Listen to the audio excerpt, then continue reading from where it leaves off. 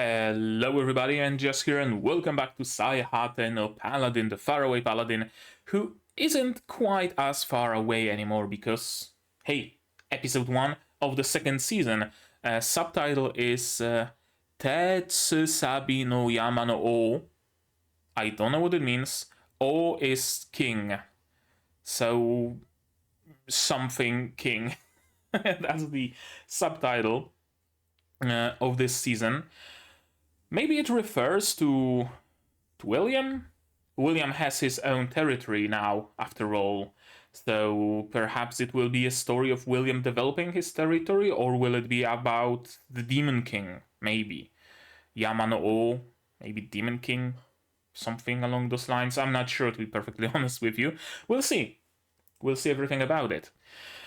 Right. I hope that this season will have animation and art that does justice to the quality of the story and the quality of the characters, because those were the two elements that really captivated me in season 1. The stories and the characters, and the art. The art could really be very beautiful, like watercolor, pastel at times. It really was cool. But then CG monsters started appearing, and it kind of soured my reception of it. Not to speak of animation, that at times it was literally just sliding static PNGs. I will never forget the scene of Robina playing a song in the market square or wherever, playing something on her lute, and her hands never actually fucking moving. I'll never forget that, because it was just so shit. So hopefully this season, since it was greenlit, that means season 1 had a good reception, so I would assume season 2 get perhaps a little bit more budget to work with, maybe some new people who will, I don't know, make better stuff, better content. The people who worked on the first season also probably have a little bit more experience now. We'll see. I hope this season is better than the first one. Right. Season 1 ended with William's little spat with Mendelssohn, and then them mending their ways, mending their relationship, and then there was William's realization that he is a lord of an area now, and what should he do? Should he bring more people? Should he start trade, or what is he supposed to do? Yeah, something along those lines. Thankfully, we have Antonio, the merchant, who will take care of merchant stuff, and the rest, we'll see. I kinda hope this show kinda turns, perhaps not entirely, but at least a little bit, turns into a civilization builder, kinda. I have been reading quite a lot of manga, isekais and otherwise, whose premise is essentially village building, or town building, or city building, or country building, right? Someone is born to a couple of nobles, and it turns out that their great talent isn't magic sword fighting like they were hoping for, but rather village building. So he gets exiled somewhere, but oh, he can use his village building talent to build a village and gather villagers and build a nice place for everybody involved and create his own country eventually, right? I've been reading a lot of stories in that vein, so I would like to see at least one of them adapted to an anime, and if Saihate no Paladin plans to turn in that direction, I would not mind it in the slightest. I would, of course, still like a little bit of adventures, because it's an adventure show at its core, and what's the point of being a paladin, a wandering paladin whose goal is to prevent the resurrection of a demon lord, if you don't go fight some monsters every now and then, right? So hopefully there will be some balance, but I'm kind of just getting ahead of myself. I don't even know if it's going to turn in that direction, so what's the point discussing it? Anything else I would expect from this season? Not really. Not really.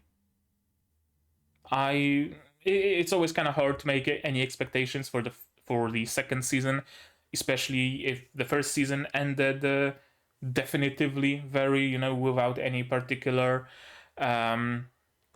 cliffhangers or sudden reveal after the ED that, oh, the great demon general is rising from his slumber. What's gonna happen now? Wait for the second season, So it's gonna be curious. It's gonna be interesting to see where it goes. Yeah, I think that's enough talking from me. If you're unfamiliar with the format, if you somehow haven't seen my reaction to Season 1 and are just here for Season 2, this is the intro, to the surprise of absolutely nobody. Then we're gonna go through the show with subtitles here and timer here, because YouTube won't let me embed the entire video, of course. Then we're gonna go through the entire show, frame by frame if need be. I'm gonna be skipping like 5 seconds forward, backwards, to talk a little bit more about specific points, or again, go frame by frame through some animations if need be. Then we're gonna go through the list of staff, through the list of voice actors, who they are, which other roles they had in which other anime, and then we're gonna have closing thoughts and an outro, and that's gonna be the video. Is that fine? Has to be. Has to be. You can't say no because it's not a live stream. So you have no choice in that matter. I mean, of course, you can always, put your suggestions in the comments or on my Discord if the format doesn't suit you, and I'm willing to, of course, change it if need be. But yeah, with all of that said, I think we can just start watching episode 1 of season 2, right?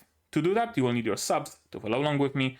I'm going to need my sound, not my headphones, unfortunately, because I got my ear re-pierced and I can't touch it, can't disturb it, so I'm gonna have to make do with my Galaxy Buds. Not the best solution because my voice sounds weird in my own ears, but it's what I have. And I'm gonna have to ask you for your support on Patreon monetarily or YouTube, link down below, or not share my content, spread the word, because nothing helps a lot. And with all of that out of the way, we can start watching episode 1 of season 2 of Saihate no Paladin in 3, 2, 1, go. Papers.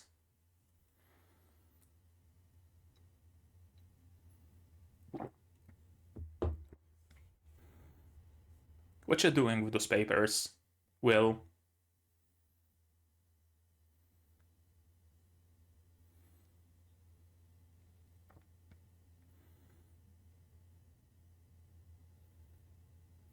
I'm glad that the art style stays the same. Those like very sketchy outlines, very like, marker Sharpie that is about to run out, this kind of a line. Paper making. Okay, sure. I'm willing to bet there is a market for some good old paper. And I assume there's been a time skip, because Will is a fair bit more mature.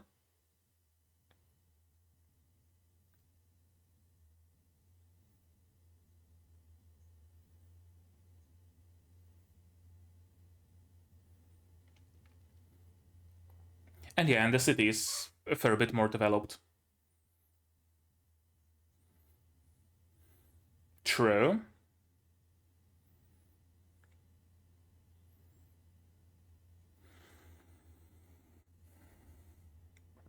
Yeah, paper will sell for more money than lumber, and thus you will use less trees, and that means your current trees will last you for longer.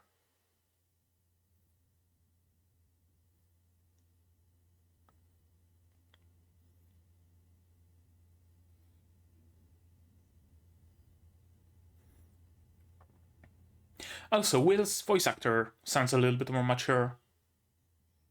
I think they changed the voice actors for Will, didn't they?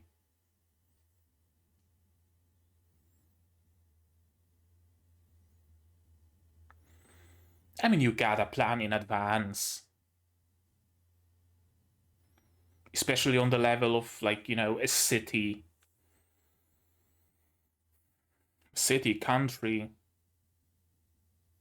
Okay. Opening straight in episode 1. Oh.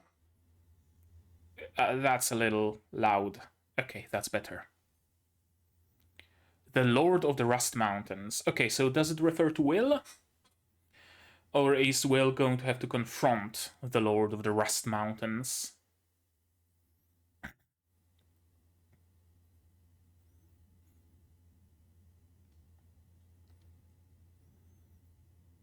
A couple of new people on the team. Will has a very nice tower shield now. Okay. So far he's only been using that small buckler. It seems like now he's gonna be upgrading to a tower shield.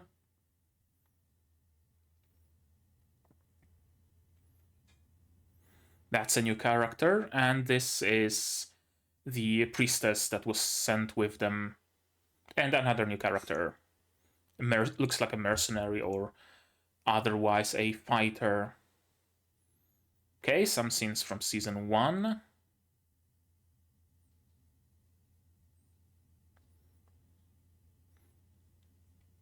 I'm not sure if I'm a fan of the film grain overlaying this entire opening. Well, almost the entire opening. That looks dope though. That's gonna be my thumbnail. 100%.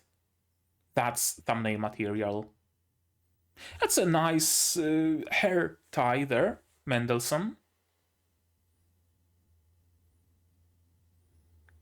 Where'd you get those nice clothes, though? And the winter has come.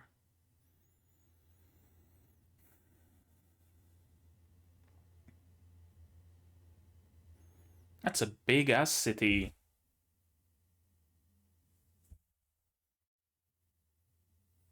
Oh, okay, sure. We're not gonna have the actual. Okay, we're just gonna skip over it.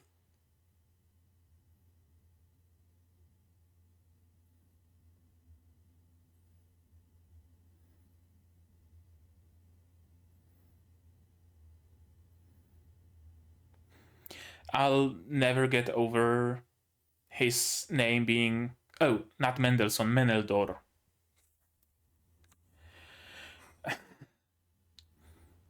Yeah, I'll never get over the fact that his name is Menel, because that word in Polish means drunkard, homeless bum, essentially. The stinkiest, the dirtiest kind.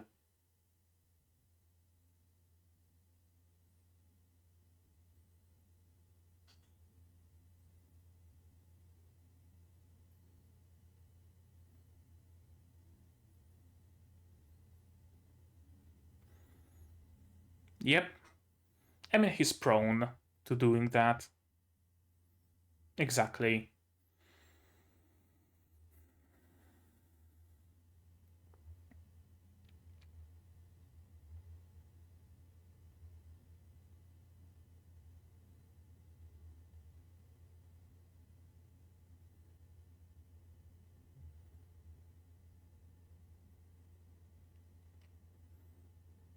I mean, he is saving plenty of people by giving them a place to live.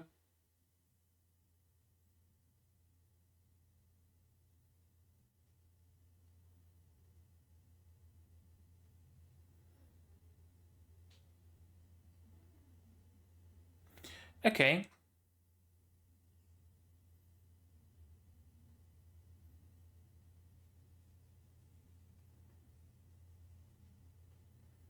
Party member reacquired, I guess, because she already has been a party member.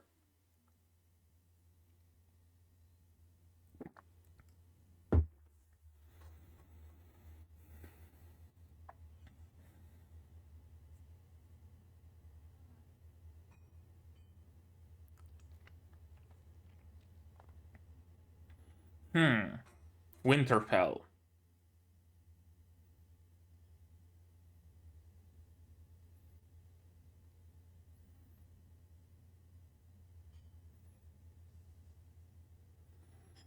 So you're gonna be circling around if you don't know the actual way, probably.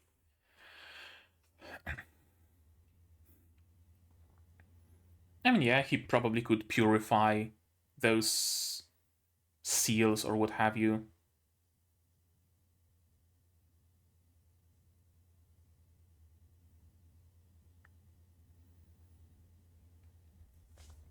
Try to procure an invitation?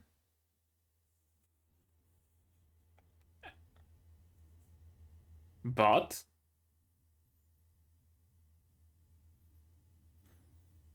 I mean, yeah. Of course. You can sneak through the back, but you can just walk to the front door and ask them nicely if they're gonna let you in.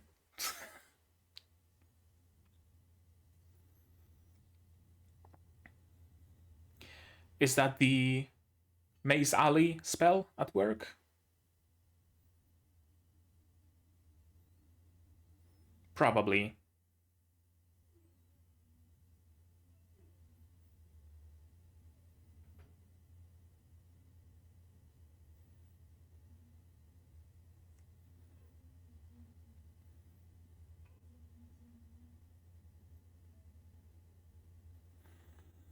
Those weren't real trees, of course.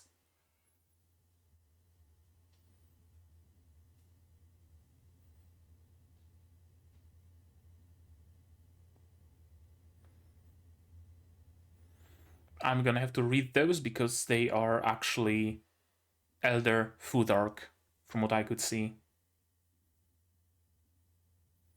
Okay. Interesting.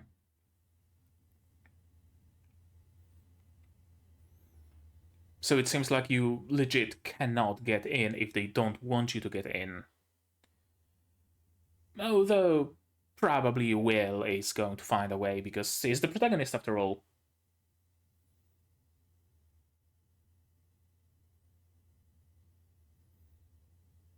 Just giggle at the ghosties, like, who was it? Pinkie Pie would say when seeing faces on trees.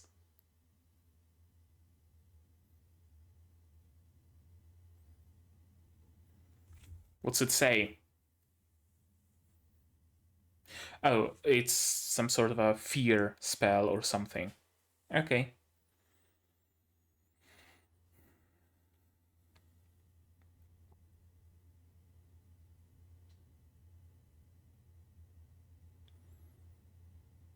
This is probably the headmister of the academy.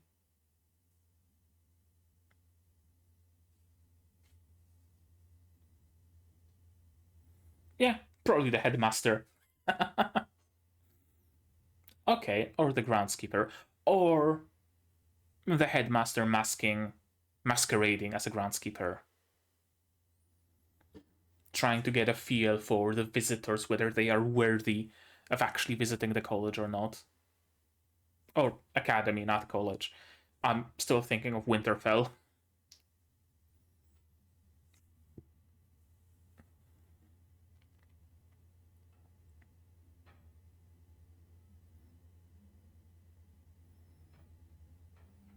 Well, to my right, let me reintroduce William G. Merryblood.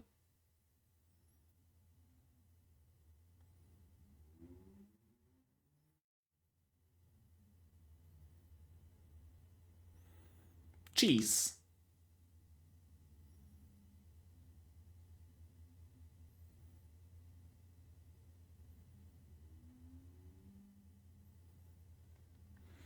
They're going to fall asleep and wake up in the academy or something.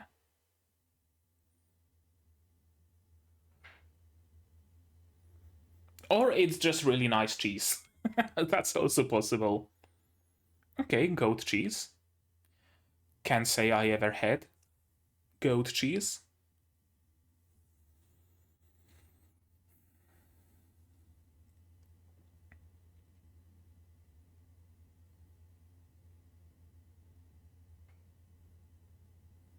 You know, the holy kind. Banishing evil and all.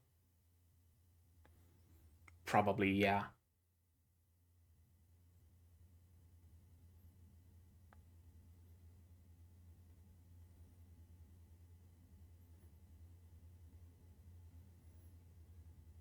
Yeah. William's never been particularly flashy with his magic.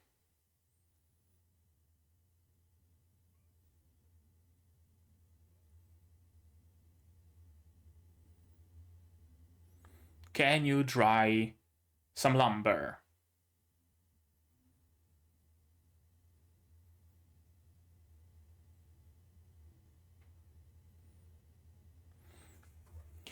Yeah, he's absolutely the headmaster trying to test him.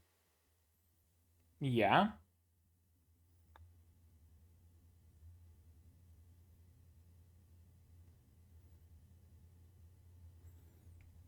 That's also true. Doing anything he can to not use magic.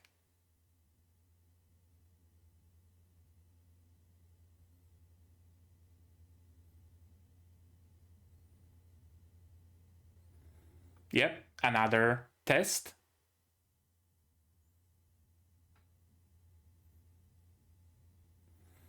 I mean, yeah, that's an obvious answer.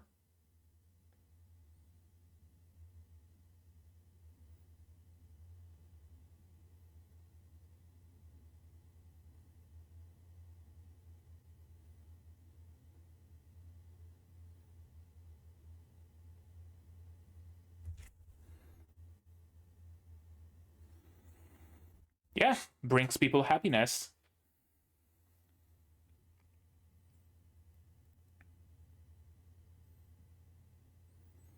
I mean, that's the way of the warrior monk, after all. You passed. Exactly. That was predictable. Welcome to the academy. I'm the headmaster.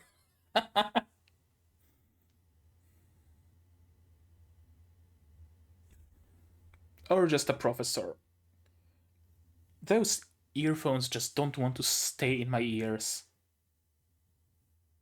He's Hagrid, essentially.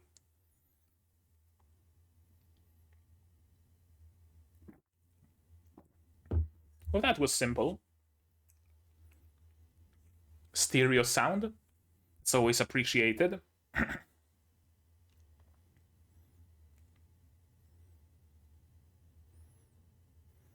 Now go and recruit Gizargo. Objectively the best companion in Skyrim, and I'll have no argument about it. Not counting the modded ones, of course. Master of Forms, Master of Forest. Why does it have Big Booba, though?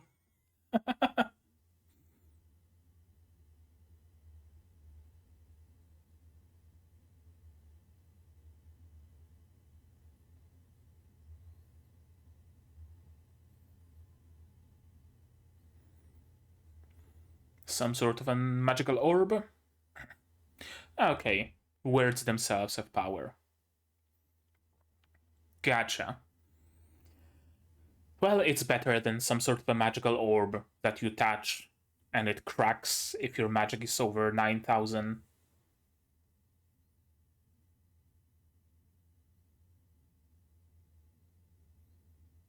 It puts a curse on you, yep.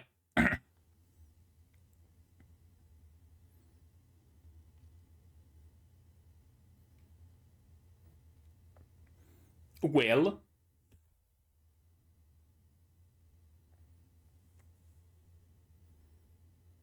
it loses its power.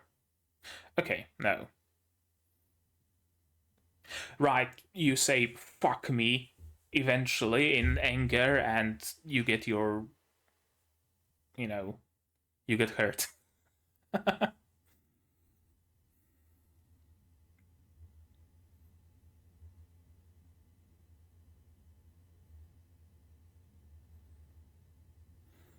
A library, okay. I thought she's here to see some sort of a wonder or something to write a ballad about. But... okay. It's a library instead. Why did you want to visit the library, though?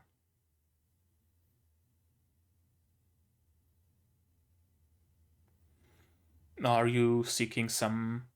yeah. You're looking for some old ballads or something?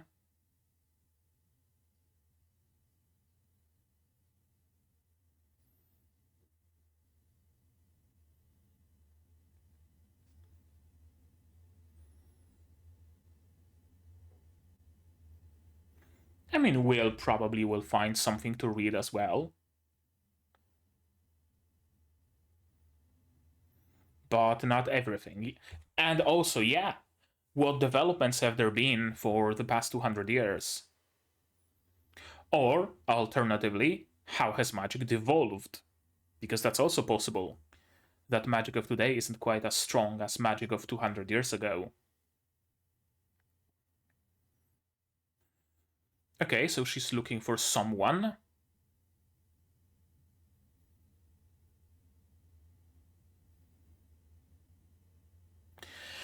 She's being very secretive about it. Is she looking for, like, her family members or something?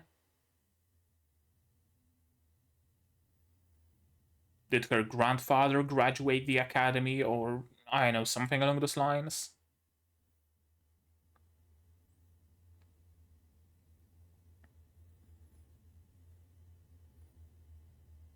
I guess it's not yet the time to learn about it.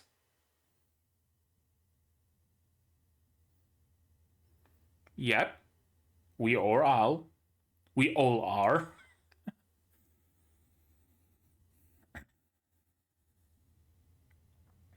Okay, companion.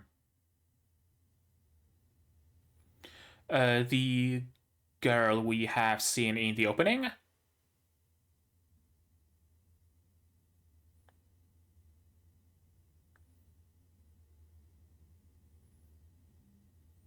Mm-hmm.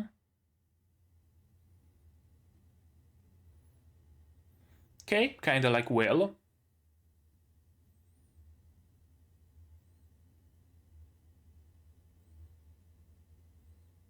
Yeah, fairly reminiscent of Will.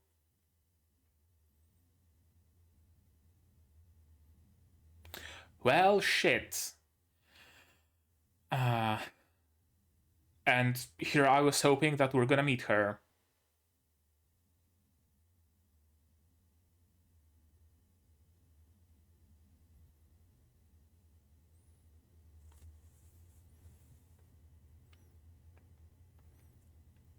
Fair.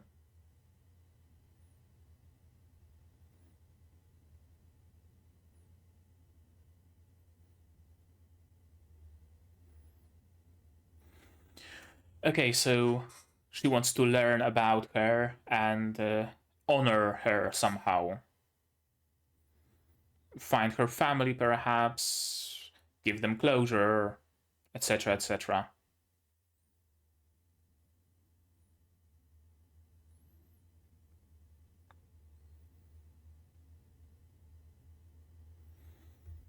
Yep, she wants to somehow immortalize her.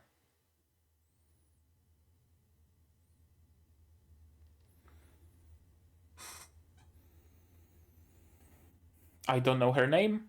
No. I thought that's gonna be the conclusion.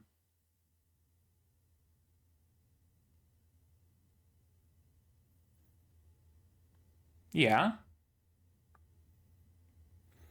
Even at the darkest of times, people can have hope that a hero will appear and save them, right? More often than not, it's a very false hope, but it's hope nonetheless.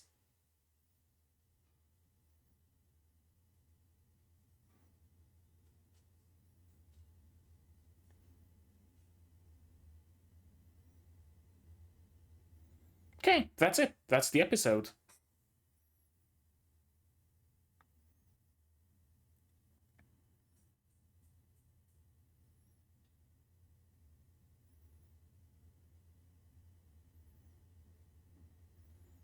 go ahead and sing. Sing as the ending. Hey, sing as the ending, why don't ya?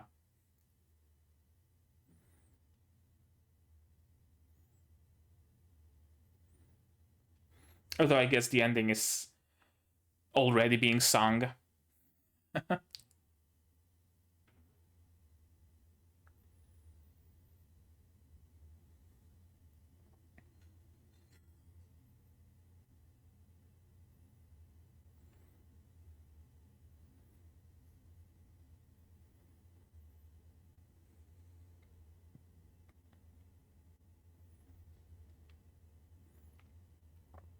Yeah, that was her goal, to learn as much about her as possible.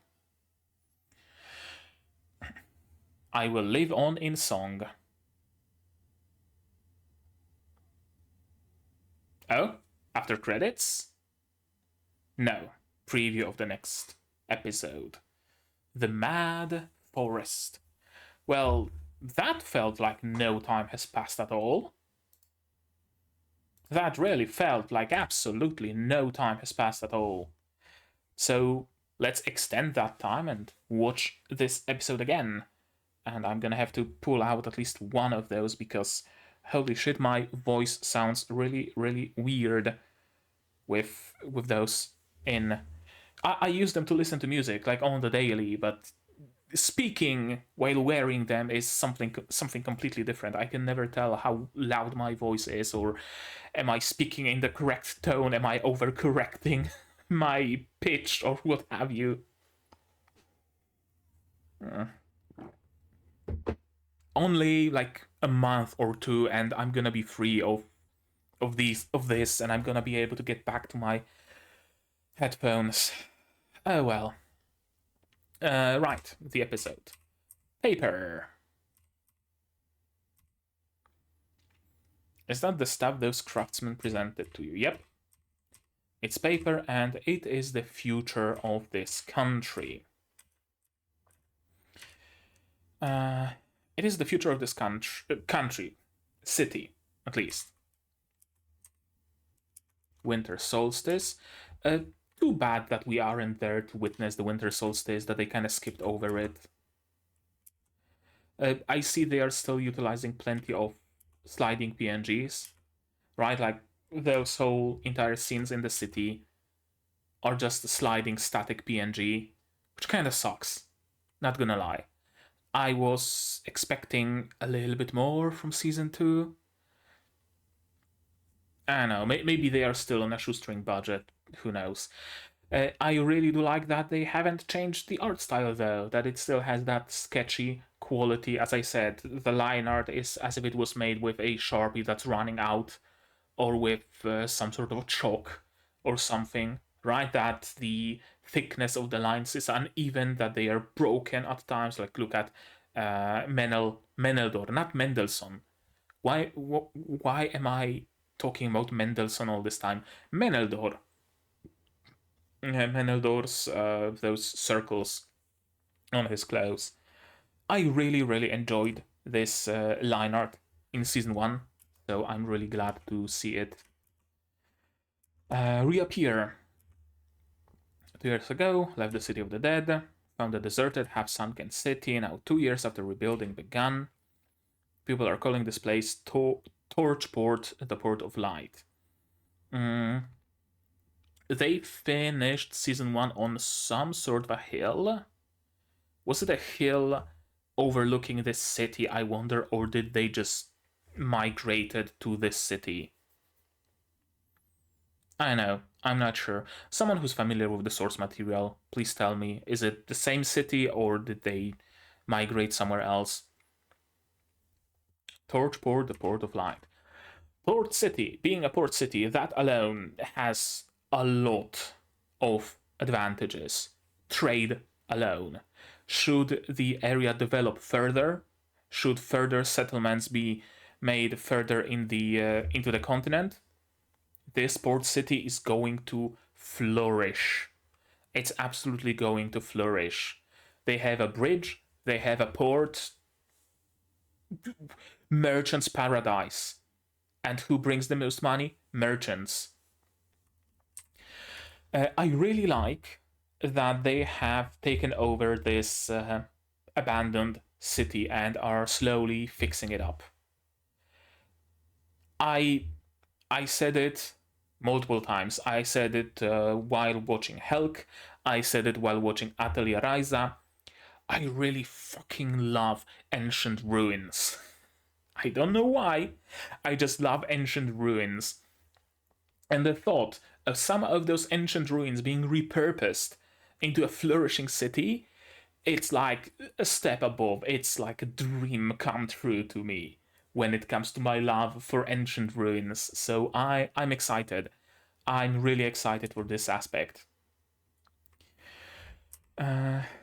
If all we do is cut down the lumber around here and say sell it to white sales, the city will eventually run out of trees and die out. Yep, exactly. That's what's going to happen. So we need to diversify trade in town, so we are going to trade paper. Now, question, is paper also made of trees? And their plan is simply that price per log of a tree is higher if they sell that log as paper rather than selling it as raw lumber?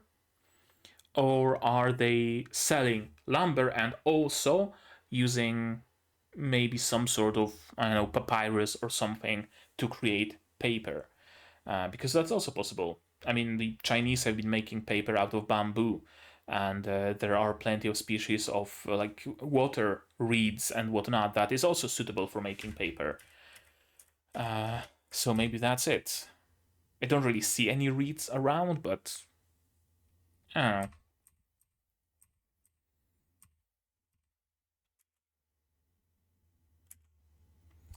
You think like an elf sometimes. Yeah, sure, apparently. We're basically at the ends of the earth. Yep. Yeah, everybody's just thinking of immediate survival, and this is exactly what Will wants to change. He wants people to feel secure enough so that they are able to make plans. Right? Because if your biggest and only concern is whether or not you're gonna have a loaf of bread to eat tomorrow, you're not really gonna be planning to visit your family next year. Or you're not gonna be planning to buy a home or, stuff like that. Only when people are secure in the now can they make plans. This is one of the, I would say, indicators of security, right? Another anime or manga, was it, shown another indicator of security of a country or a city, and this really reminds me of that.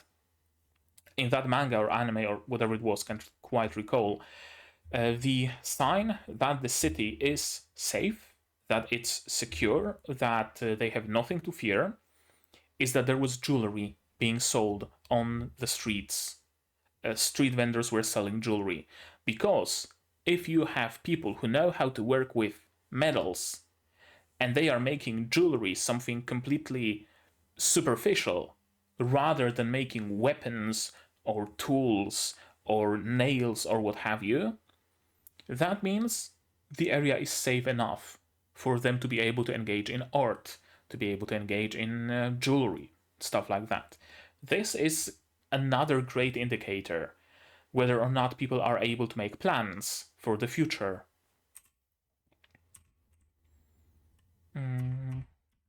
Talking about planting the seeds that'll benefit us in 10 years. Yeah. There's also the matter of scale. As much as you can plan your life half a year ahead and be perfectly fine with it, or just plan your life a week ahead and be perfectly fine. There's even a program that I think AA, Alcoholics Anonymous, use, where they essentially just live in the day. They plan out their entire day and nothing else concerns them. What's tomorrow, what's next week doesn't concern them. They live in the now. I think it's called like 24 program, something along those lines. So yeah, you can even live in the now. When you're just a single person. When you're a family, you need to plan ahead a little bit more. Will you have enough money to pay the bills? For example, you're gonna have to leave something on your bank account to pay the bills at the end of the month, if they are paid at the end of the month, for example. It scales up when you're a city. You need to plan ahead that a road construction is gonna take 10 years. In my city, they are building another big tramway to another district of the city, and they are planning to finish it by like 2025 or something, and they started building it like a year or two ago. So they have it planned 3 or 4 years ahead already. And initially, there's not even going to be any trams there. There's just going to be buses. But it's built up to spec so that eventually, by 2030 or something, they can put tramway there as well. So, you know, as it scales, as the thing you need to care about scales, you of course scale your planning ahead. New Year's ceremony. And we get the opening. The Lord of the Rust Mountains. We get at least 2 new characters, the people on the left. On the right, we have Meneldor, and we have Reistov, and of course, we have Will, who really upgraded his shield. I like it. More ruins. Let's maybe go through it a little bit more gradually.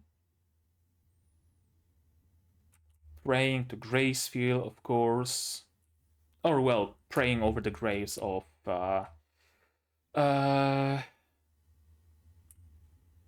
are their names? Fuck, I forgot. Blood and Mary. Blood and Mary. Yeah, Blood and Mary.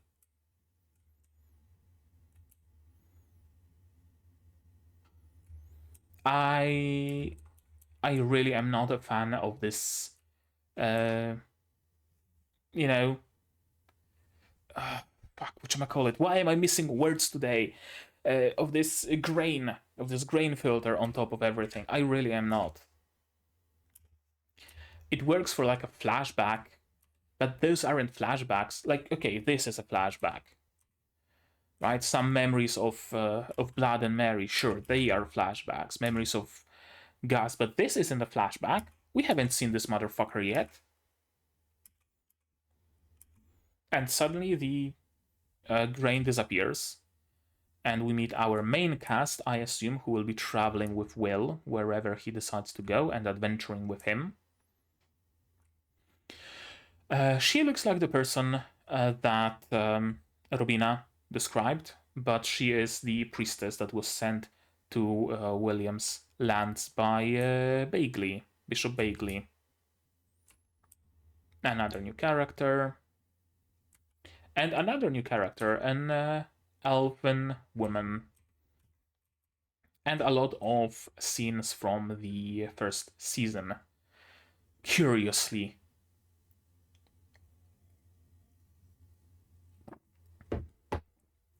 Anything else interesting in this shot? Not really.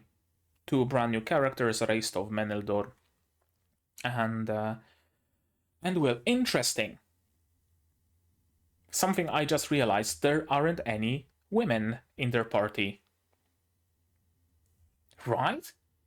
What is this heresy? A fantasy series and the main character isn't traveling around with a harem of female warriors? What? Can you really do it? Isn't that illegal or something? Well, apparently you can. Apparently you can have an all-male primary cast. And we just completely skipped over that whole tribute or whatnot. We skipped over the Winter Solstice Festival. We just completely skipped over all of it. I wonder, was it actually shown or told in the source material, in the light novel, or in the manga? Because if it was in the manga, I'm just gonna read the manga and, you know, get the time skip. But if it wasn't, then I don't know why wouldn't they do that. Maybe they also wanted to jump ahead in time to more interesting parts, question mark. Really reminded me of how episode 1 of Shield Hero went. I watched episode 1 of Shield Hero, I believe, yesterday, and they also just skipped around, just teleported one place to another. It was weird. But the second half of that episode, it was, you know, perfectly, well, maybe not perfectly, but it was paced well. But the first half was just teleporting around essentially, and this kind of sort of feels like that. We see a vignette of William giving tribute to Ethelbald or something. I'm not even sure what was that ceremony. We completely glossed over the winter solstice.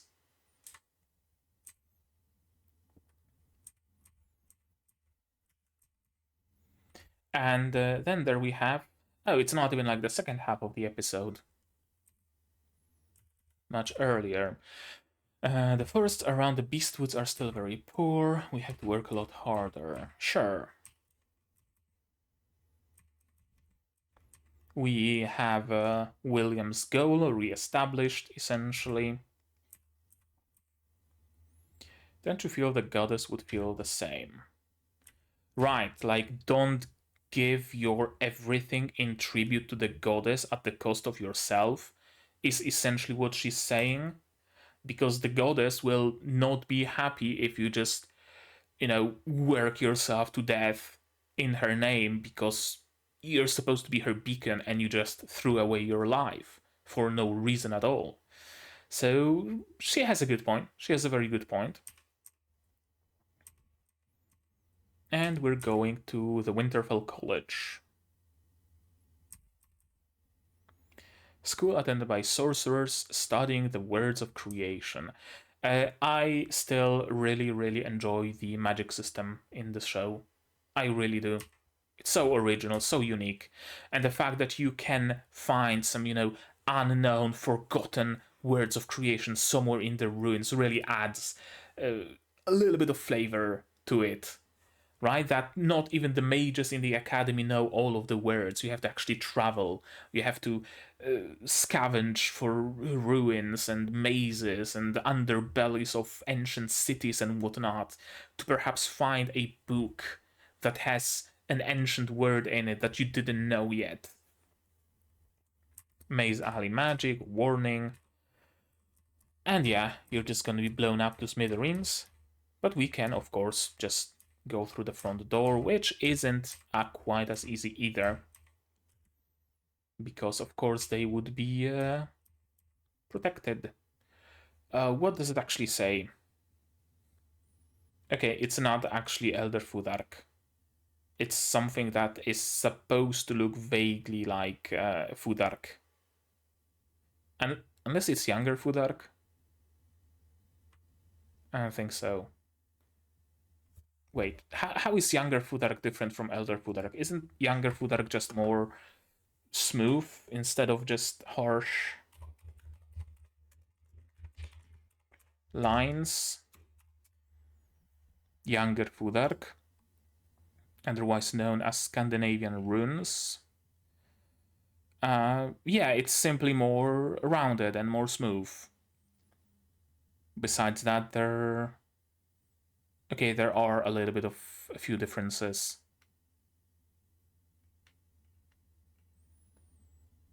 Okay, so this is supposed to look like Elder Fudark, but isn't really any sort of a Fudark that I could actually read.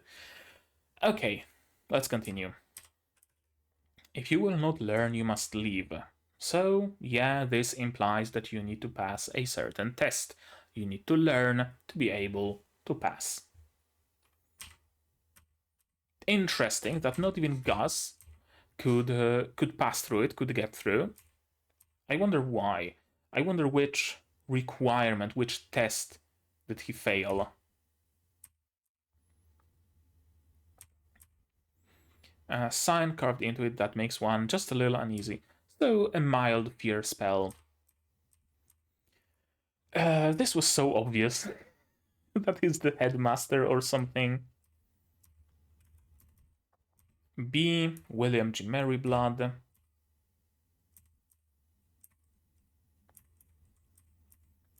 And yeah, we're just visiting.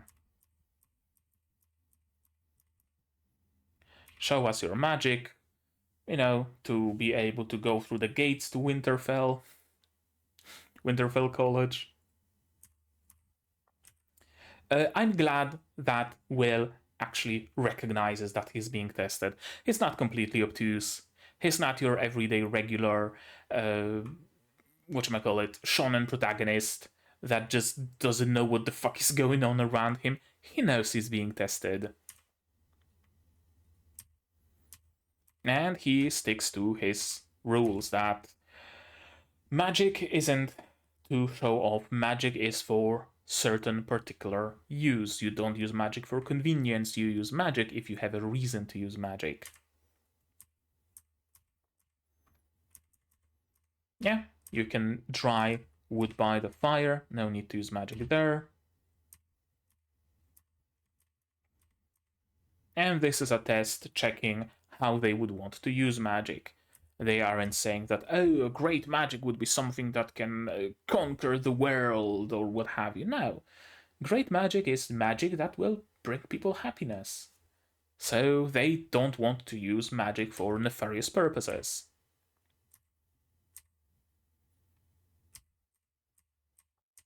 And there we go. We are at the academy. Professor of the academy, whose name is Master of the Woods, Hiram. Hiram, Master of the Woods. I will assume the responsibility. Are there no other people in this academy though? We haven't seen anybody besides him, besides Hiram. No students, no teachers, nobody? Or is it just a cost-cutting measure essentially, and there actually are bustling corridors, but nobody is shown because adaptation woes?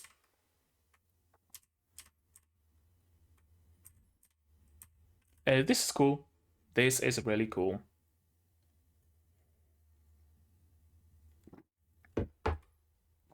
Your magic potential is with you at all times. It's in your words. It's not that you one day just awaken magic within you, or that your magical potential is somehow latent or somehow hidden, or that you need to do something super special, like again something that fantasy shonen series especially isekais like to do is that orb at the Adventurers Guild, right? You walk up to it, you touch it, and usually it breaks because the power is immeasurable, or you know, something along those lines. No, your very words carry power. It's not just the words of creation that have the power, it's words in general. Very very Nordic, very much aligns itself with like the belief of how Fudark has power because, you know, writing itself has power, words have power, signs, characters have power because they were given to us by the god, right? It's cool. And how that ability, that power can be completely passive. Right? A kid has a lot of that power and he starts screaming, "Go, daddy, go, win the race," or something, then you're gonna get a boost of power suddenly. Someone curses you out. Oh, may you slip on your stairs and crack your skull open, and you're gonna slip on your stairs because words have power. If the person who speaks them has that innate power, it's cool. As I said, I really do enjoy the magic system in this show. Academy Library. and including forbidden shelves.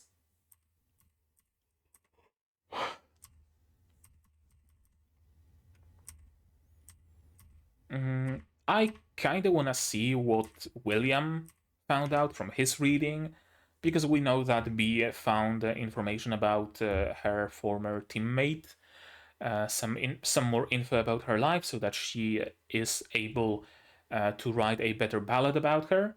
But what did Will figure out from, how magic changed for the past 200 years? I'm really interested in that.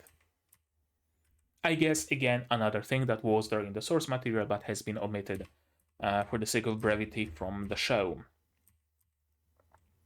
Lady with dull gold hair and eyes. Eyes the same beautiful blue as the sea. Could be the person from the opening, but we know she's dead, so probably not. Really similar from the description to Will, although Will is a little bit more famous. But he also has a tendency to throw himself into danger for the sake of other people, just like she did. She threw herself to fight a bunch of specters to protect the town, and she died. That's also, I believe, why Robina is telling Will to chill a little bit, to not throw his life out, because she went through it. One of her friends already did that, was too heroic for their own good, and she doesn't want to repeat. She might not speak of it, she might not say it out loud, but I feel it might really be the case.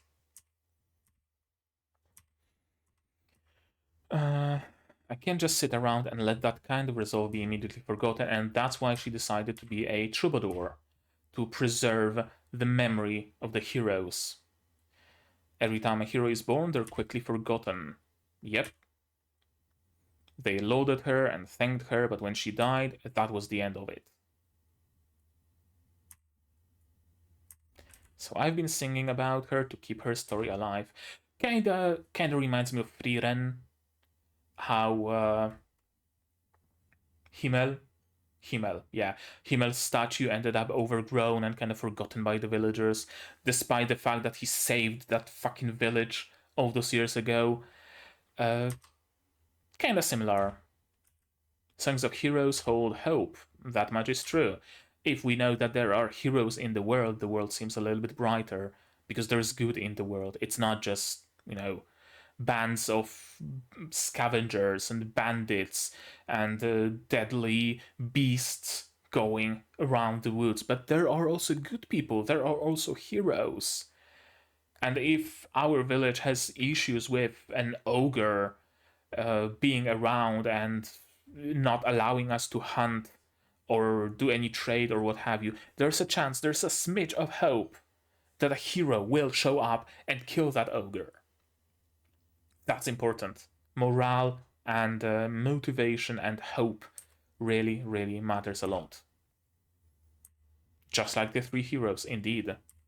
If there used to be three heroes who defeated the Demon Lord himself, well, there can be heroes that can defeat a demon general that troubles our village. First star and three other stars. The two yellow ones, I would assume, would be Robina and Menel, and the blue one would be Antonio, and the big first blue one would, of course, be Will. Or it could be, the yellow ones could be Mary and Blood, and the blue one could be Gus. That's also possible. And that's why I sing.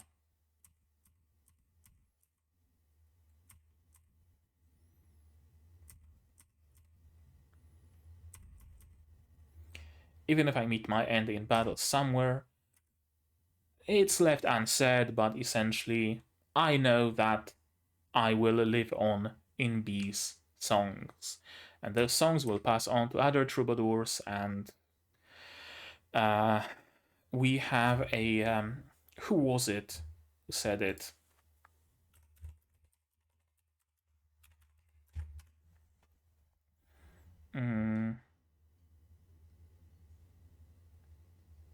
non-Omnis Moriar. Yeah, non-Omnis Moriar.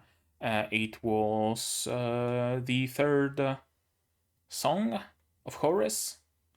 Yeah, non-Omnis Moriar, which translates to I will not die entirely because I will live on in my creations. I guess that was the point. I will live on in my songs, my writing, my art. This is kind of like that non-Omnis Moriar because he will live on in the songs of someone else.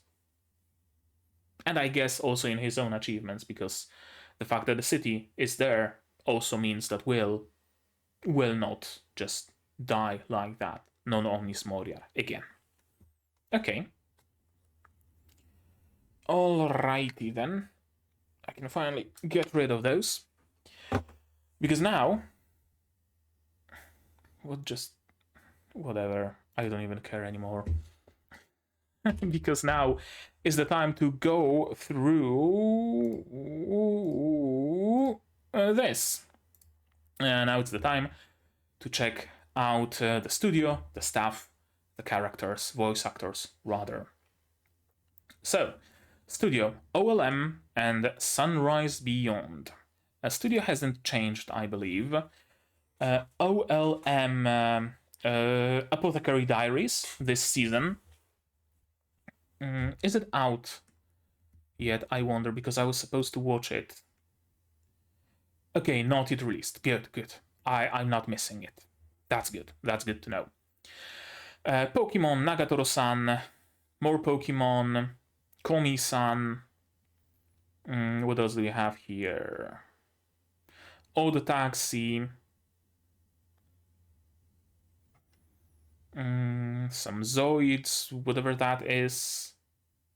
More Pokemon, more Zoids, some soccer, sports anime, some card anime, I'm guessing. Pokemon and Pokemon ripoffs, mostly. And, right. Did they work on Season 1, I wonder? Because I cannot see Season 1 anywhere here. Am I missing it? Or... yeah, there's Season 2. Okay, which studio worked on Season 1? Let me see that real quick. Prequel, Saihate no Paladin. Studio... Children's Playground Entertainment. Okay, so the studio has changed. From Children's Playground Entertainment to OLM and Sunrise Beyond. Interesting. Interesting, and Sunrise Beyond mostly makes Kyokai Senki, from what I can see. And besides that, not really much. Why the studio change, I wonder? I wonder if the staff stayed the same. Are people saying anything about the studio change?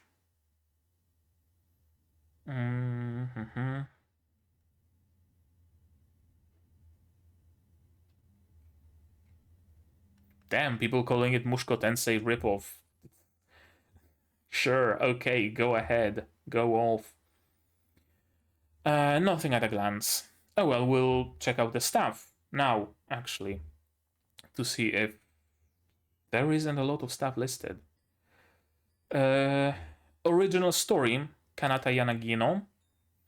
Saihate no Paladin, to the surprise of nobody, of course.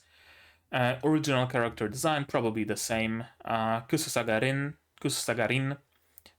Original character design for Saihate no Paladin, and the character design and illustration for the manga and light novel.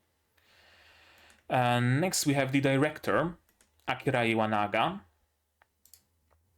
who also directed Ari Fureta is getting a third season. What? When? Third season when? I guess there is no... I need to watch Ari Fureta third season. Also, directed Ari Fureta second season, Ari Fureta OVA. Wait, original Ari Fureta? No, didn't direct the first season, but second and the OVA. Corpse Party, Bleach, couple of episodes. That's basically it. wasn't directing the first season.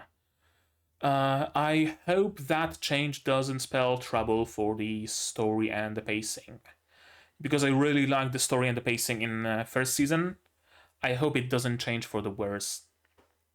Tatsuya Takahashi, serious composition. Also, original story for some anime, serious composition for the vending machine, isekai, serious composition and script for some other isekais, a script for just 2 episodes of Saihate no Paladin, and serious composition for the first season as well. Rifle is beautiful, Kenja no Maho, Tonari no Kyuketsuki-san, serious composition.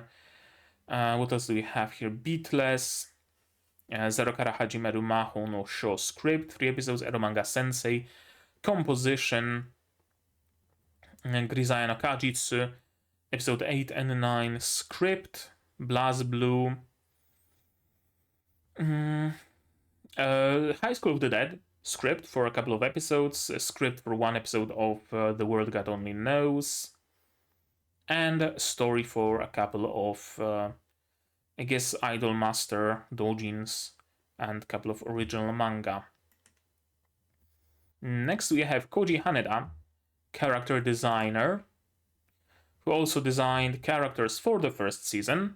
That's good.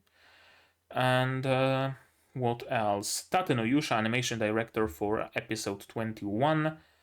I thought it's Boku no Pico for a moment, but it's something Boku no Pico adjacent, I guess. Psychopathsky animation. Precure. Yozakura Quartei. Seikon no Quasar, season 2 key animation and animation director for the ED. Kitty Girl key animation on episode 7. Evangelion key animation. Gantz, I see. And some older shows. Hellsing key animation for episode 5 even. Another character designer is Tatsuya Arai, who also designed Itasha, whatever Itasha is, for a 3rd episode of Mahou Shoujo Magical Destroyers. Wasn't involved in season 1 of Saihate no Paladin, seemingly. Bang Dream, King's Raid, Kyokai Senki.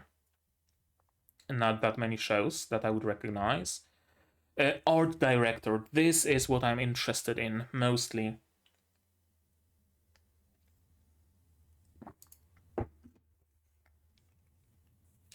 Okay. It's not the art director of the first season, which could be good, because maybe there's gonna be a little bit less usage of sliding PNGs and CG if it goes against the tastes, beliefs, whatever you want to call it, of the art director. On the other hand, it better not influence the already good elements of the art. So far it hasn't. It's not like a Hataraku Mao-sama situation where the art style has completely changed. The art style remains the same. The animation remains the same, which isn't much of a, benefit. Okay, I'm gonna give him the benefit of the doubt, I guess, for a couple more episodes. Interestingly, Zechen Yang hasn't been an art director for any other show. Background artist, and not even for entire shows, but rather for singular episodes, which is kind of worrying, because this is going to be his first ever role as an art director. Color design. Well, color design is the same as in season 1, so I don't think it's really that much worth looking at, but there aren't that many staff members listed, so might as well go through all of them. Haruko Nobori, who also designed color for Migito Dali, 16-bit, Sensation. What else? that I would recognize in color design for the first season. Makes perfect sense because, again, it's the same. Shijosaki no Daimao, Murabito color design, cool manga.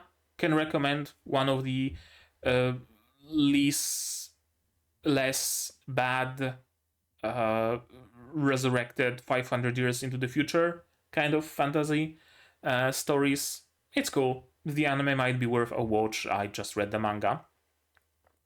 Color design for the Arknights mini anime, Holy Nightlight. Highly recommend watching it. It's cool. Nanatsu no Taizai, Ueno-san, color design, Mahou Shoujo Site, Black Clover, Wakakozake. Oh, that just unlocked a core memory. I remember watching this series. Yeah, I remember watching this series. This is a series, 12 episodes times 2 minutes, where this girl drinks beer. That's it. That's legit it. She drinks beer, does the satisfied and that's the episode. It was fun. It was a fun watch. I can recommend it.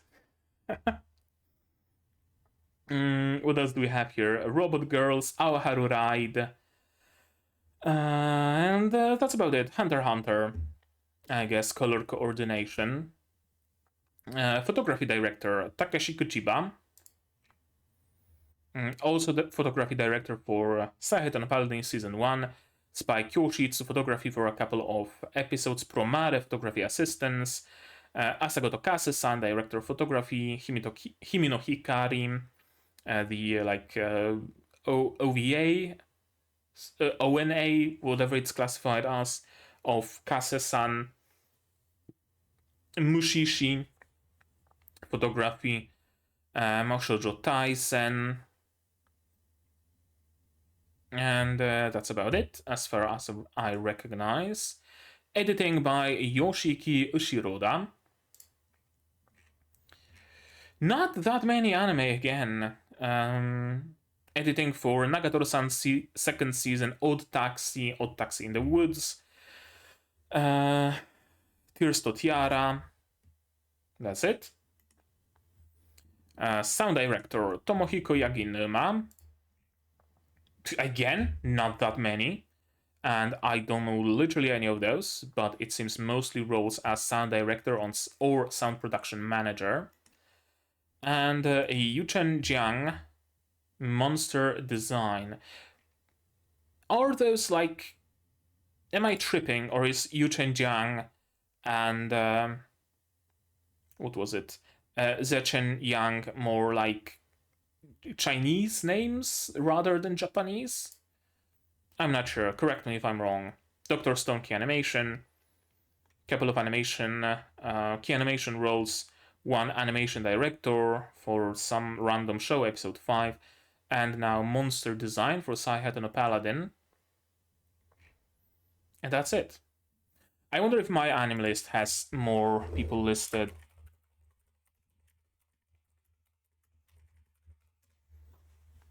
There we go. This is the first season, and I want to see the second season. Let's see. Where's stuff? There we go, more stuff. Yeah, my anime list has a couple more people listed. That's good. Do we have the director? Akira Iwanaga. Yeah, okay. So, theme song performance. Kotoko and Yanaginagi. Kotoko, theme song performance for Axel World, Shakugan no Shana, Tokyo Ravens, another Shakugan no Shana, Onegai Teacher, Axel World, Onegai Twins, Nekopara, Saihate no Paladin, yeah. Onegai Teacher again, Kamen no Maid Guy, Hayate no Gotoku, some Mahou Shoujo shows, Maria-sama, and those are like old shows, it seems, OVAs mostly. and Yanagi Nagi, Naruto Shippuden, theme song Yahari Ora no Seishun wa Yada Yada Bakemonogatari, Yaha Ora, I think it's short for this, Owari no Seraph, Grisai no Kajitsu, Arslan Senki Jormungandr, Jormungand, Berserk, Danganronpa, Saihate no Paladin, the first season, Berserk, Black Rock Shooter, Owari no Seraph. Okay, plenty of roles, it would seem. Music by Hoashi Keigo and Takada Ryuichi. And that about does it, I'm afraid. Okay, so Keigo Hoashi. Music for Suzumiya Haruhi, Vivi, Saihate no Paladin first season, Yuki no Bayusha, Frame Arms Girls, and Ryuichi Takada, High School of the Dead, theme song Suzumiya Haruhi, Vivi again, Saihate no Paladin first season, Idol Master. There we go.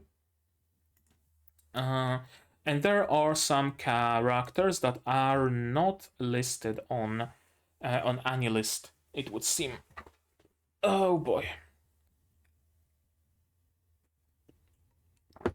Okay, characters, as I said. Yeah, there's 8 characters here. There's 2, 4, 6, 8, 10, 12 characters here. That's a fair bit more. I guess we can go through. Where am I? My AniList. Yeah, we can go through Mal. I guess. William G. Merryblood, original voice actress behind William was Maki Kawase. Okay, most recent. Sure, that's fine. Maotsukai no Yome Philomela. Okay, that's cool. I didn't know. Or did I? I think I might. Yeah, I did while going through the characters in Maotsukai no Yome. Going through Philomela. Yeah. Who else do we have here that would be recognizable? Saihate no Paladin, the first season, of course. Junko in Zombieland Saga. Ashelad in Vinland Saga, probably like young Ashelad. I don't know, I haven't seen that much of Vinland Saga. A few episodes. Eru from Hisomaso, and a couple of characters from Center no Nayami. Center no Nayami. It was such a fucking weird show. Like, imagine a light-hearted show about monster girls having fun at school. There are centaurs, there are like harpies, there are, I think, also regular people, but your centaur friend cannot give you a ride on her back, even if she would want to, because you're gonna get sent to a re-education camp because it's racially insensitive to do that. This is Center no Nayami. It's such a weird show. I read the manga and I just had to stop because it was weirding me out. And I read some pretty fucking weird manga, and this was weirding me out. And the new voice actor of William G. Merryblood, that is Shoya Chiba, main character in Hanako-kun, William G. Merryblood, of course, Kyokai Senki, Nanatsu no Maken ga Shikai Suru, Andrews, Mr. Andrews, Raoul in Undead Girl Murder Farce. Who else do we have here that I would recognize? Someone in Paribikome, someone in Tribe 9, 86. Again, shows I haven't seen, but still a supporting character in Gleipnir. Dororo. Banana Fish, Oarino Seraph, and that's it. Next we have, sure, let's go in that order, Antonio, aka Tonio, voiced by Koji Yu-san, who also voices Ren Zo in Aono Exorcist, someone in Undead Unluck, another show I am yet to watch. I don't think it aired yet. Did Undead Unluck air yet? Saturdays, October 7th. Okay, so it aired today. Okay, cool. Well, I'm gonna have something to watch tomorrow, I guess. Or today, depending on when I release this episode. Who else do we have here?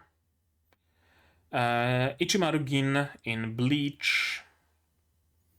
Someone in Marishimashita Iruma-kun. Jashin-chan Dropkick. Overlord. Oh, Brain Anglaus in Overlord. That's a character I recognize, finally. And nothing changed from the first season because he was also voicing Antonio. Shaman King X-Arm. Oh god.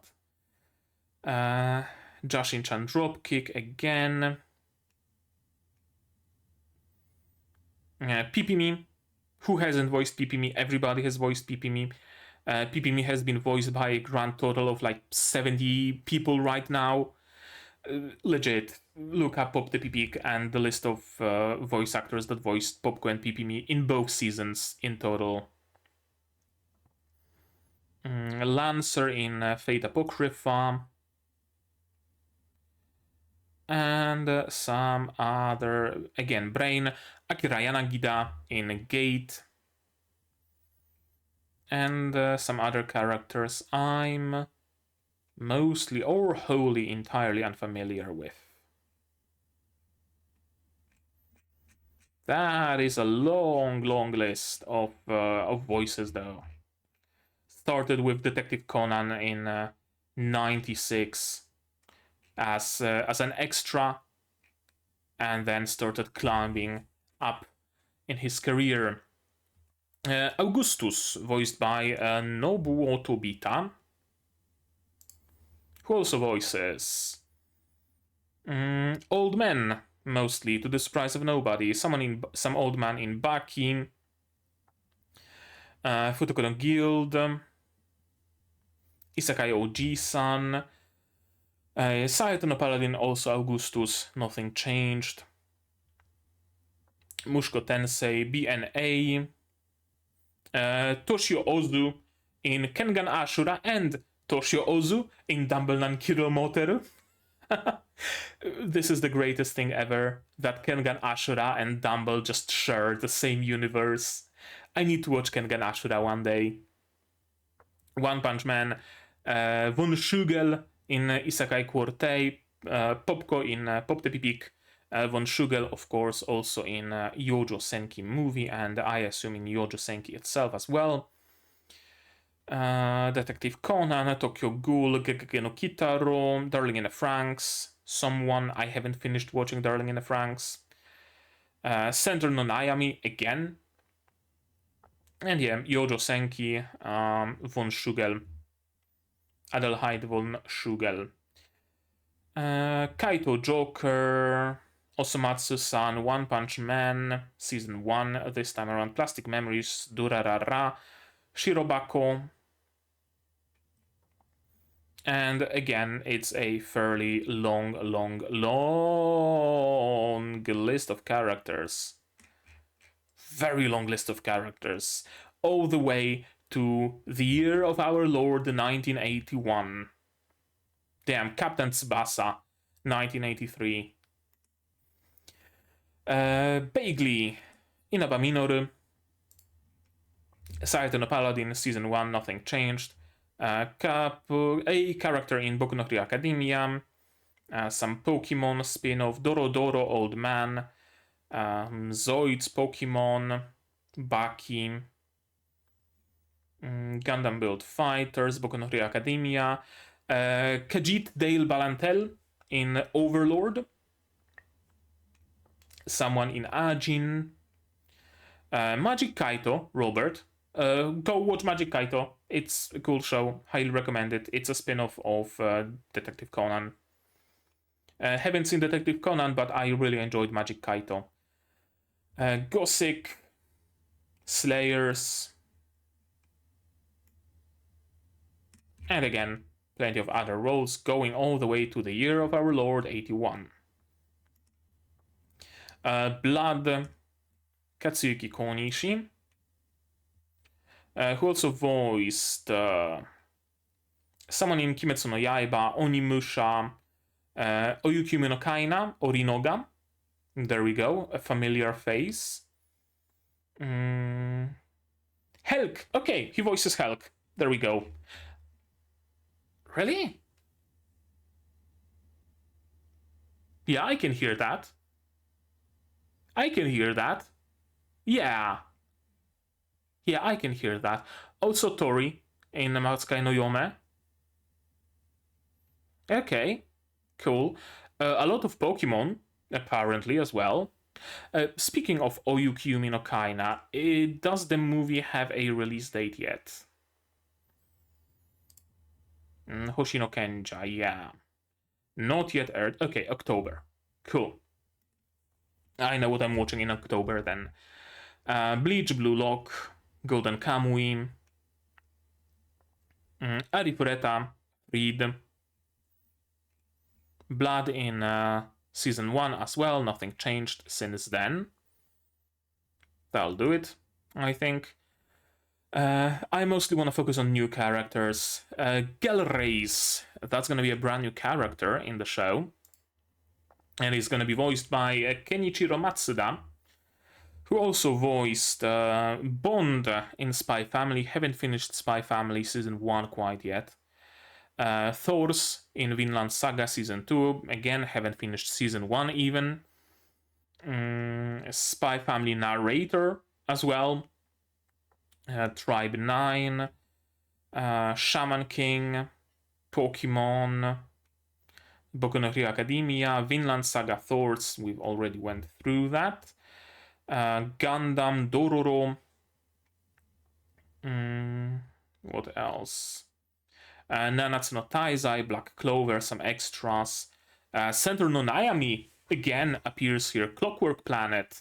I've read the manga. The manga was kind of decent, but I heard that the anime completely butchered it, which is interesting because there wasn't all that much to butcher, to be perfectly honest with you, but I guess they managed somehow. Someone in Charlotte, Rocca no Yusha, SAO, Ore Twintail,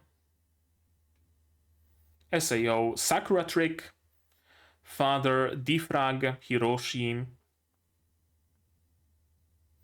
Shiki, and Naruto. A couple of supporting characters.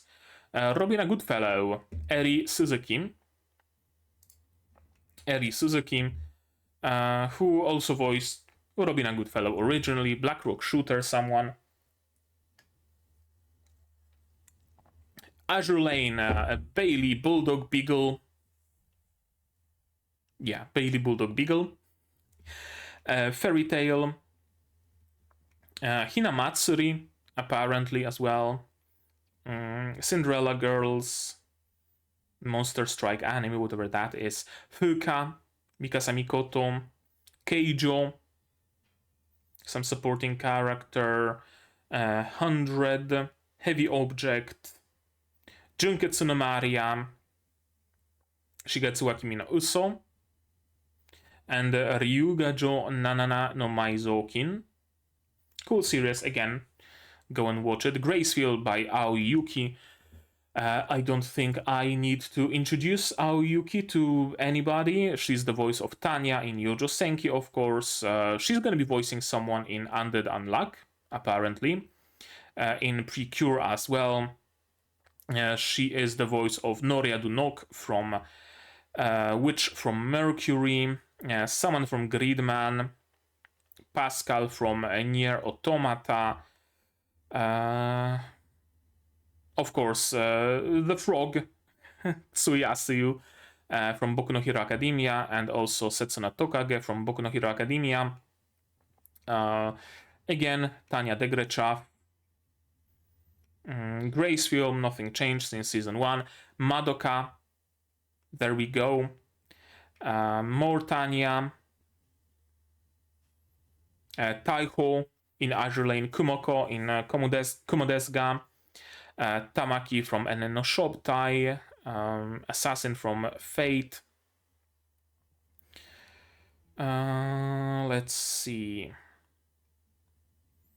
She's also Hibiki from Symphogear, Nyang from Arknights. She's also Clementine from Overlord, Futaba from Persona, Tatsumaki from One Punch Man. She's every voice. She can be everybody. She can really voice just everybody and anybody. There are no rules. There are no limitations. Where's Clementine? There it is, Clementine, Overlord movie. Yeah, she voiced Clementine as well. And some earlier works as well. Yeah, Clementine, Overlord Season 1. Hibiki, of course, in Symphogear GX. And in earlier Symphogears as well, of course. Nothing changed in that regard. And her first ever role was some extra in Anpanman. It's airing since 1988. Okay. Okay there. Sure, absolutely. Durarara as well. Next we have Lou, brand new character, voiced by Go Shinomiya, who also voices someone in Konohiller Mendokusai. Cabaneri of the Iron Fortress, someone. Princess Principal, couple of supporting characters. Aono Exorcist, Shingeki no Kyojin, Cross Anjay, SAO, Mahoka Kogo no Red Tosei, mostly supporting characters. Kill la Kill. Who? White Tiger, apparently, in Kill la Kill. And other characters that I'm afraid I'm entirely unfamiliar with. Inazuma 11 roles, Kido Senshi Gundam 00, Detective Conan, and some Pokemon. Mary, voiced by Ayumu Murase, who also voiced Yaona in Oyukimi no Kaina. Also voices Menel. What? Yeah, right. Wait, I clicked wrong. I clicked on Meneldor's voice actress. I thought I clicked on Mary's. So, okay, we're gonna go through Meneldor's. Ayumu Murase voices Meneldor. Also voices someone in Shy, who hasn't appeared yet, I believe.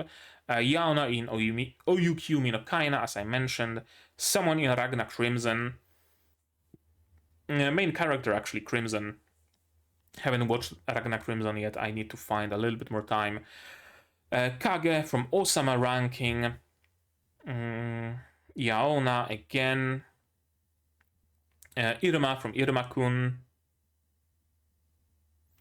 Plenty of male roles, young boy roles, but not only. Like Udo is not a young boy. Wait, is he? Yeah, right. I went through I went through Mary's voice actress, and I was constantly under the assumption that I'm looking at a voice actress, that I'm looking at a female voice. But no, yeah, it makes perfect sense that I would see, even old men or mature men on this list. Well, more mature than the regular anime protagonist like Udo from Shingeki no Kyojin. For example, Infinite Dendrogram role, some roles in Banania, and a couple of other roles. I noticed the Devilman Crybaby, Aono Exorcist, more Banania, Durarara, Overlord. Oh, he voices Nefiria. Okay. That's a known name. And Joe. Was there a character named Joe in Parasite? Apparently there was. It's been a while since I've seen Parasite, so do forgive me if I don't remember all of the characters. And started with SAO and some other shows. Now Mary's voice actress Yui Horie, who also voices Whis from Konosuba, Mary in Saihate no Paladin, Belfast in Azure Lane, someone in Kimetsu no Yaiba, more Whis, Kankole Asaguma and Yamagumo. Then we have Mitama in Magia Record. Have we met her? Yeah, she's the coordinator, isn't she? Yeah, she's the coordinator. Saren in Precon. Mary in season 1 as well, nothing has changed. Higurashi, Scarlet Nexus apparently as well. Shaman King, Azure Lane, North Carolina, Belfast and Little Bell. What else? Who else do we have here? Felix in ReZero, whatever you wanna call it. Manami from Boku no Hero Academia. More Wiz. Pipimi from Pop the Pipik. Hanekawa Tsubasa from Owari Monogatari.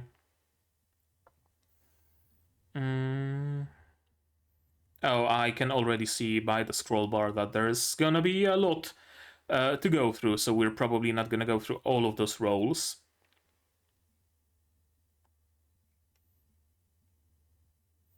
Yeah, let's skip ahead a little bit. A fair bit, actually. A little bit more, maybe. 2011, Fairy Tail, Nichijo, Lotte no Omocha, Camper, Otome Yokai, Ikitozen.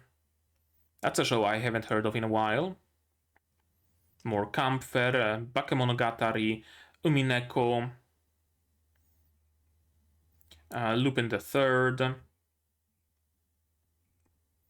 School Rumble, more Higurashi. Okay, so she reprises her role in Higurashi, it seems, in the modern version. Loveless.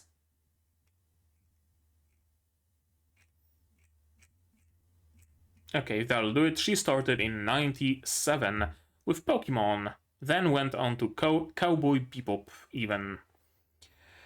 Next, Ethelbald, Atsushi Tamaru,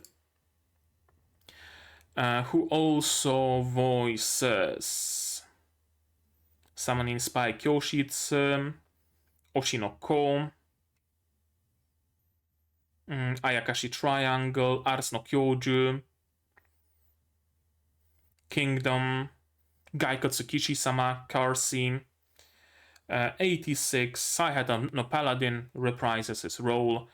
Primagi, 86, Horimiya, Gundam Build Divers, Darling in the Franxx, 9, Epsilon, probably. Tsukigaki Rei. What else? SAO, Tamako Market, started with Sket Dance in 2011. And lastly but not leastly, Reistov, voiced by Kenji Nomura, who also voiced anybody I recognize? I wonder. Ars no Kyoju, someone. Overlord. The dragon. Olazir Dark Haililayal, or however you pronounce that name. Golden Kamui, Dungeon ni Denai, Great Pretender, Brand New Animal, Enen no Shobutai, Dr. Stone, One Punch Man. Plenty of high notoriety, high grade shows. Baki, although mostly supportive characters: Tokyo Ghoul, Gagege no Kitaro, Fate Apocrypha, Boruto, Ajin, Drifters, Kido-senshi Gundam, Teketsu no Orphans, Iron-Blooded Orphans, Dragon Ball, Arslan Senki, Shokugeki no Soma, Tokyo Ghoul, Akame ga Kill someone apparently, BlazBlue, Gatchaman, Little Witch Academia, Minotaur, Jormungand, Yu-Gi-Oh! Beelzebub. Who was he in Beelzebub? Some supportive character. Beelzebub, great series, highly recommend. Toaru Majutsu no Index, Ibara no O, Ristorante Paradiso, and plenty of other roles. One Piece, plenty of extras. Detective Conan, plenty of extras. Started in Year of Our Lord 1993. And that'll do it. That'll do it, I think. Hope all of those people, I would have hoped all of those people would be on AniList, but apparently not. Apparently they're on Mal, the inferior website UI-wise, but sure, what can you do? Alrighty. First season of the second episode. Yeah, sure, great. First episode of the second season. I can appreciate how slow it was, you know?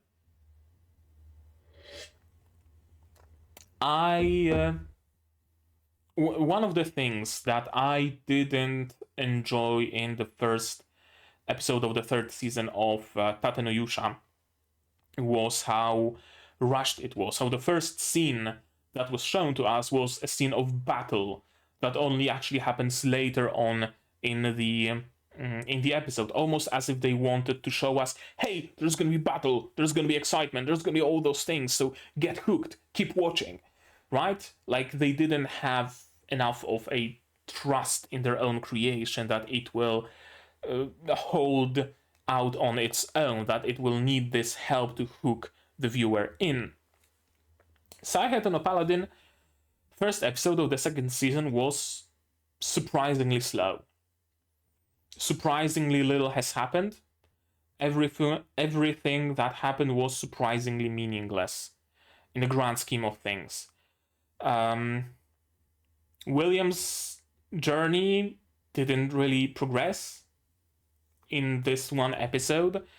The city didn't become better after this episode was done. We didn't gain any new companions. Nothing really happened. If you look at it, it was a filler episode, mostly. Sure, it expanded a little bit on Robina's character, a little bit on William's character as well. He might be a little bit less likely to just throw away his life now. And I guess we also visited the academy, and we might have a friendly sorcerer if need be. But besides that, ultimately nothing happened. And I kinda enjoyed it. I kinda did, because it's as if the season 1 didn't end. It's as if this is a continuation of season 1. You know, they don't need the brand new excitement of the first episode of a brand new show, essentially, because it's a continuation of the story. And that's how they treat it. So I like this aspect of it. I'm disappointed that I've seen so many sliding PNGs, not even the slightest bit of movement on them. That sucks. I'm similarly disappointed by how much was skipped over, how much was rushed.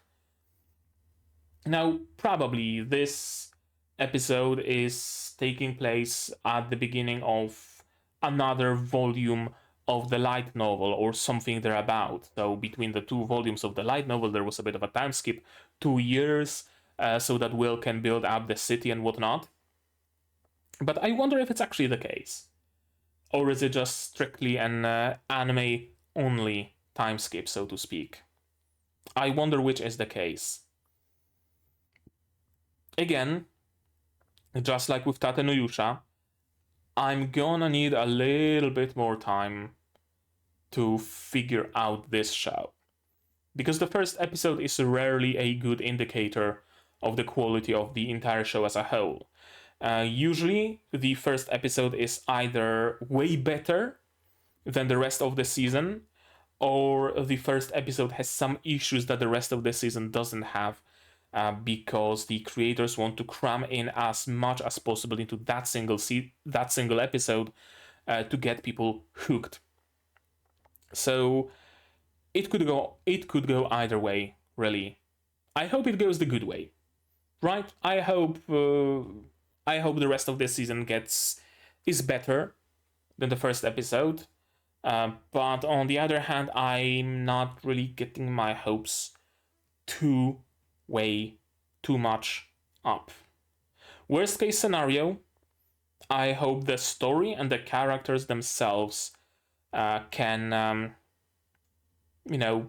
fight their way out of poor animation and I don't want to say poor art, because the art is good, but the amount of it leaves something to be desired, right? Like, you would hope that there would be some students in the academy, for example, or you would hope that some people in the background would actually move.